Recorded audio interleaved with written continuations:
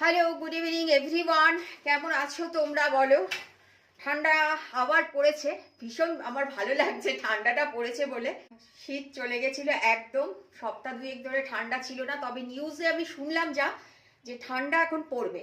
গঙ্গাসাগর মেলা আসছে, সংক্রান্তি আসছে, এখন ঠান্ডা পড়বে। গতকালের নিউজে দেখলাম তো 3 ডিগ্রি কমেছে কলকাতার টেম্পারেচার। আমাদের এখানে 5-6-7 ডিগ্রি হয়তো কমে গেছে, কারণ এখানে ঠান্ডা ভালো পড়ে।